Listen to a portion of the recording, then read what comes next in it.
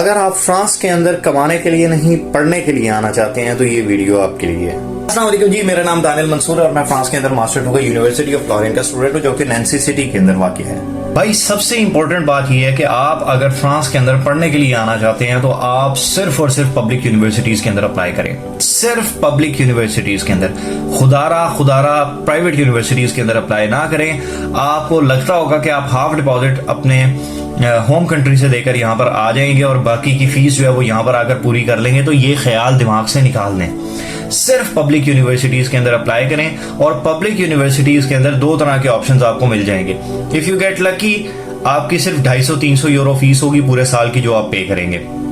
Second ये कि आप की जो फीस है वो 3900 यूरोज होगी और उसके अंदर एक ऑप्शन ये होता है कि आप सिर्फ 1300 यूरो भरकर यहाँ पर आ सकते हैं, बाकी की फीस यहाँ पर आकर दे दें। लेकिन वो पैसे आपके पास होने चाहिए।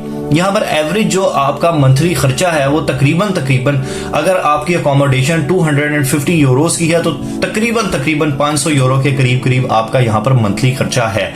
इतने पैसे आपके पास होने चाहिए। 3900 यूरो, अगर मोस्ट ऑफ द केसेस में 3900 यूरो फीस हो आपकी होगी भाई।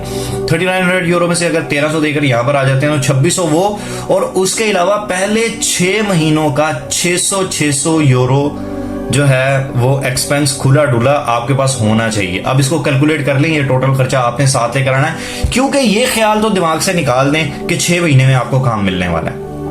और यहाँ पर आते ही यूनिवर्सिटी में जैसे ही आपकी एजुकेशन स्टार्ट हो, यहाँ पर क्रूज के रेस्टो होते हैं जो स्टूडेंट्स को फैसिलिटेट करते हैं, सर्विसेज प्रोवाइड करते हैं। इस तरह की फैसिलिटीज ढूंढें कि जो आपको फ्री ऑफ कॉस्ट या मिनिमल चार्जेस के ऊपर लैंग्वेज सिखाना शुरू कर दें। उनकी हर हफ्ते के अंदर 3-4 घंटों की 6 घंटों की क्लासेस होती हैं, वो जाकर क्लासेस अटेंड करना शुरू करें और जुबान के ऊपर फोकस करें। इस टाइम ड्यूरेशन के अंदर जिसमें आपको काम तो मिलना नहीं है तो कम से कम जुबान तो सीखे ना मेरे भाई। जुबान सीख सकेंगे, आपके पास यही ऑप्शन होगा कि साथ साथ अपनी एजुकेशन यूनिवर्सिटी की कंटिन्यू रखें और साथ ही यहाँ पर जो स्टूडेंट सर्विसेज होती हैं उनमें कहीं ना कहीं आपको मिनिमल चार्जेस के ऊपर लैंग्वेज का ऑप्शन मिल जाएगा और वहां से आप लैंग्वेज सीख सकते हैं। और खुदारा आपको ये मैं एक बात बता रहा हूं कि आपने हर गिज M1 के ऊपर नहीं आना, सिर्फ M2 के ऊपर अप्लाई करें, मास्टर 2 के ऊपर अप्लाई कर यहाँ पर आए। वो 1 साल का आपका मास्टर होगा जिसमें से 5 महीने का आपका कोर्स वर्क होगा और उसके बाद आपने 5 से 6 महीने की एक इंटर्नशिप करनी होगी।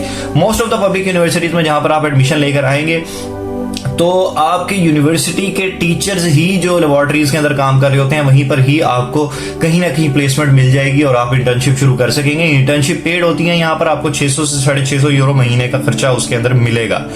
आप हर गिज M1 के ऊपर अप्लाई मत करें। कहां से पैसे अफोर्ड करेंगे, कहां से फीसें भरेंगे, कहां से अपना राशन पानी घर चलाएंगे, कैसे मैनेज करेंगे? आप सिर्फ M2 के अंदर अप्लाई करें, क्योंकि M2 में भी अप्लाई करके मेरे भाई आप एलिजिबल होंगे कि आप इसके बाद PhD कर सकते हैं। क्योंकि M2 के अंदर आपने इंटर्नशिप जो करनी है उसकी आपने रिपोर्ट बनानी होती है और उसका डिफेंस जो है वो आपकी यूनिवर्सिटी के अंदर होता है और उसके बाद आपको डिग्री मिलती है और उसके बाद आप एलिजिबल हैं कि आप कहीं पर भी PhD कर सकते हैं। और एक और बात यह कि अगर आप लोग अभी भी फ्रेश ग्रेजुएट हुए हैं, यानी कि कोई स्टूडेंट्स हैं वो इंटरेस्टेड है कि वो पाकिस्तान से बाहर फ्रांस के अंदर स्टडी के लिए आए और वो अभी भी रिसेंटली ग्रेजुएट हुए हैं यूनिवर्सिटी से, तो मेरे भाई सब्र कर लो।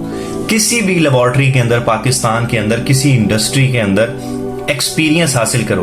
अगर आप इंजीनियर हैं तो एनालिटिकल स्केल के ऊपर कोई जो लेबोरेटरीज हैं, बेशक अपनी यूनिवर्सिटी की लेबोरेटरी के अंदर काम शुरू कर दो, कुछ ना कुछ सीखो वहां से एनालिटिकल स्केल के ऊपर कि आपको एक्सपीरियंस आ सके।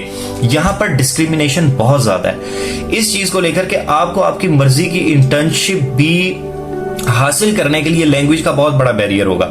क्योंकि इंडस्ट्रियल सेटिंग्स के अंदर आप कहेंगे कि यार मैं इंडस्ट्री के अंदर जाऊं, क्योंकि इंडस्ट्री फिर आपको इंटीग्रेट कर देती है जॉब की तरफ, बट ये कि वहां पर लैंग्वेज का बहुत ज्यादा बैरियर होगा, आप नहीं गेन कर सकेंगे, वो सिक्योर नहीं कर सकेंगे वो इंटर्नशिप। लिहाजा ये कि आप इनिशियली तौर पर एटलीस्ट एनालिटिकल एक्सपीरियंस जो है लेबोरेटरी के इक्विपमेंट्स का वो तो लेकर आए ना, ताकि आप इंडस्ट्री के अंदर अगर एक फैक्टर कम है आपका लैंग्वेज वाला तो दूसरी तरफ तो आप कंपीट कर सकते हैं ना, कि आपके पास ऑलरेडी स्किल इन हैंड है। आपको मिसाल के तौर पे एनालिटिकल इक्विपमेंट्स के अंदर आपको कोई क्रोमेटोग्राफी के हवाले से एक्सपीरियंस है, कोई इन चीजों के हवाले से है, तो ये एक आपके पास एक्स्ट्रा फीचर होगा। और दूसरी बात ये कि बहुत सारी स्कॉलरशिप्स और इवन इराज़मस के लिए भी आपकी साल 2 साल के एक्सपीरियंस की रिक्वायरमेंट होती है कि जो आपके पास होना चाहिए। आप मत सोचें एज के बारे में। मेरे भाई, मेरे साथ मेरे class fellows more than 30 years हैं जो डिफरेंट कंट्रीज से आए हुए हैं यहाँ पर मास्टर 2 करने के लिए। तो आप एज के इस फैक्टर को माइंड से निकाल दें, आप अपनी प्रोफाइल को स्ट्रांग करें। अगर अभी अभी आप ग्रेजुएट हुए हैं तो मत डिसीजन करेंगे आपने पाकिस्तान से बाहर निकलना है। पाकिस्तान के अंदर ही किसी लेबोरेटरी के अंदर आप काम सीखें, साल 2 साल लगाकर वहां पर एक्सपेरिमेंटेशन करें कि आप खुद इंडिविजुअली खुद मुख्तार होकर एक्सपेरिमेंटेशन कर सकें और उसके रिजल्ट्स प्रोड्यूस कर सकें। आपको पता हो कि फलाना इक्विपमेंट किस लिए इस्तेमाल होता है, फलानी चीज किस लिए इस्तेमाल होती है। ये आपको आपके फ्यूचर के अंदर फायदा देगा। तो चलें नेक्स्ट वीडियो तक इंशाल्लाह मेरी इसी बात को समझें। और अगर आपके कोई फ्रांस से हायर एजुकेशन से मुतालिक कोई सवालात हैं तो कमेंट करें कि जिनका मुझे अगर इल्म होगा तो मैं ज़रूर आपको जवाब दूंगा। तब तक इतना ही, खुदा हाफिज।